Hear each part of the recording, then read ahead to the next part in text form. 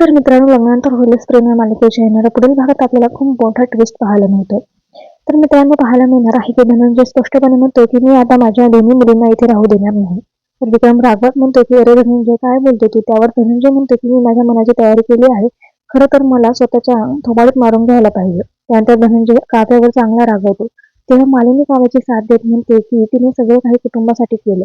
तिने कुटुंबाचा विचार केला आणि स्वतःच्या प्रेमाचा बळी दिला. तर दुसरीकडे बाबांसोबत घरी जाण्यासाठी नंदिनीने बॅग भरायला तयारी केलेली असते. तर जीवा तिला आडवत असतो की नंदिनी प्लीज घर सोडून जाऊ नकोस. त्यावर नंदिनी म्हणते की असा विचार करा मी तुमच्या आयुष्यात कधी नव्हते. मी आता माझ्या बाबांसोबत कायमची चाललेली आहे. तर इकडे काव्या सांगत असते की बाबा मी कुठेही येणार नाही. तेव्हा धनंजय म्हणतो की गप्प माझ्यासोबत चल. माझा मान वाचवण्यासाठी तू त्या दिवशी मंडपात लग्न केलं आणि आज माझीच मान खाली घातलीस. त्यानंतर जबरदस्तीने आता धनंजय जो आहे तो काव्यालाही घेऊन जातो. दोन्ही मुलींना घरी घेऊन जातो. खरं तर नंदिनी स्वतःहूनच जात असते, पण मात्र काव्याला जायचं असतं, पण तिच्याकडे दुसरा कुठलाही पर्याय राहिलेला नसतो.